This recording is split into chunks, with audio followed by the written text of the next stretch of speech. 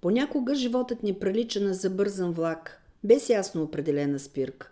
Сутрин ставаме по навик, бързаме за работа, грижим се за другите, решаваме проблеми, отговаряме на съобщения, но рядко спираме за да си зададем простия въпрос. Как съм аз? Добре дошли в канала Уроци на душата. Светла Панева се казвам и ще говорим с вас по въпроси, които са толкова важни за всеки един. Уроците, които получаваме или от себе си за себе си, или от другите за нас, но винаги те имат път, по който трябва да вървим, за да се окажат полезни. Тялото ни често шепне от умора. Душата мълчи от пренебрежение. Когато ние чуваме дълго, тя започва да крещи. Как? Чрез безсъние, безпокойство, липса на радост. И тогава си спомняме, че сме повече от мисли, задължения, графици. Ние, хора, сме живи същества, съставени от плът, енергия, чувства, от тяло и душа, които искат едно и също – да бъдат обичани и чути. Този канал е пътеводител, но не към някакво външно място. Той е покана да се върнем у дома, в себе си. Защото истинското пътуване започва не когато тръгнем към нова дестинация, а когато спрем и се вгледаме навътре. Дълго време обществото учеше, че да се грижим за тялото си по външни критерии е много важно. Как изглеждаме, колко килограма тежим, какво притежаваме. Същевременно ни насърчаваха да потискаме емоциите си, да бъдем силни, решителни, винаги в контрол.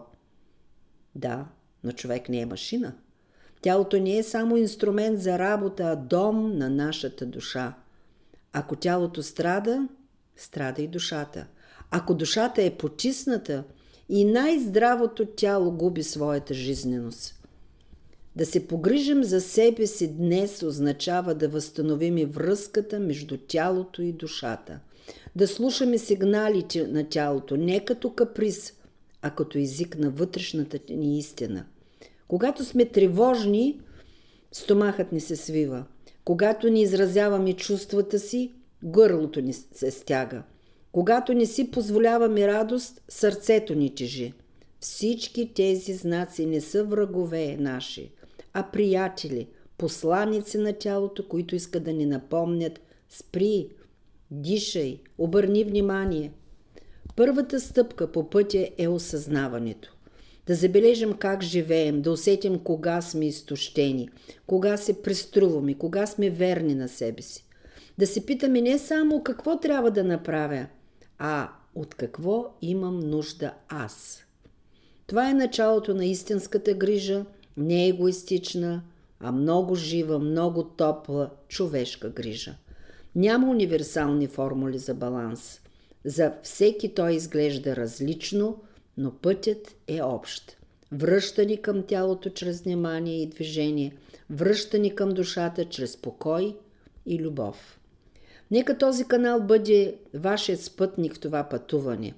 В него няма да намерите заповеди, насоки, няма да има идеали, а реалност.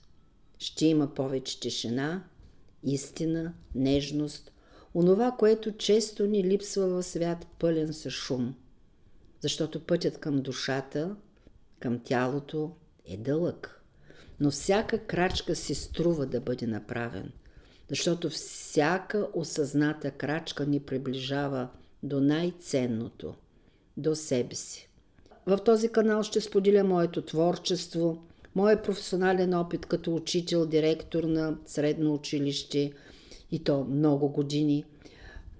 Мястото на духовното начало в моментите на преход към новия етап в човешкото развитие. Новото време, това изисква ново отношение. Моето творчество събира в себе си истории, преживявания, уроци, които през годините са оставили следи в живота ми. И като родител, и като учител, и като наблюдател на света около мен. Някои от тях са светли и вдъхновяващи, а други твърде болезнени, предизвикващи понякога трудни за преглъщане думи. Но всички те са истински. Всички те са част от пътя, по който съм вървяла, и част от хората, които са ме докосвали по някакъв начин. Разказите, стиховите, книгите, които ще четем, не претендират да бъдат нито поучения, нито готови решения. Те са моят поглед към света. Поглед, оформен от ежедневни срещи с ученици, родители, колеги, приятели, непознати хора. От малките моменти, които често подминаваме, и от големите, които ни променят завинаги. В тях има радост, тъга, страх, надежда. Има разочарование, но има ново начало. Има преодоляване на препятствия, но и тихо примирение, когато животът изисква от нас да се смирим. Посвещавам този канал не само на учителите и ги каня да бъдат в него, но и на родителите, които ежедневно носят на раменете си отговорността да изграждат бъдещето, но и на младите хора също, чието души често крият много повече, отколкото възрастните ние подозираме. В техния свят живеят безмълвни страхове, въпроси, които не смеят дори да зададат, рани, които понякога остават невидими. Зад всяко поведение, бурно или тихо, стои история. Зад всяка постъпка стои търсене. Зад всяко тяхно мълчание незабелязан вик. Ако поне една история, разказана от мен, докосне нечие сърце, помогне на родител да разбере по-добре детето си, на учител да види по-далеч от класната стая, или на млад човек да се почувства по-малко сам в борбите си, всичко това се е струвало.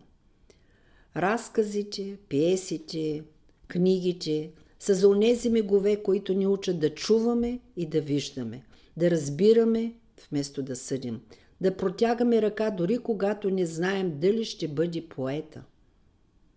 Да, аз твърдо вярвам, че между поколенията може да има мостове. Стига да имаме търпение да ги изградим. Нека с тези думи ви поканя за размисъл, за съчувствие, за надежда в моя канал, защото всяко преживяване носи урок и всяка споделена история е шанс някой друг да открие своята собствена сила.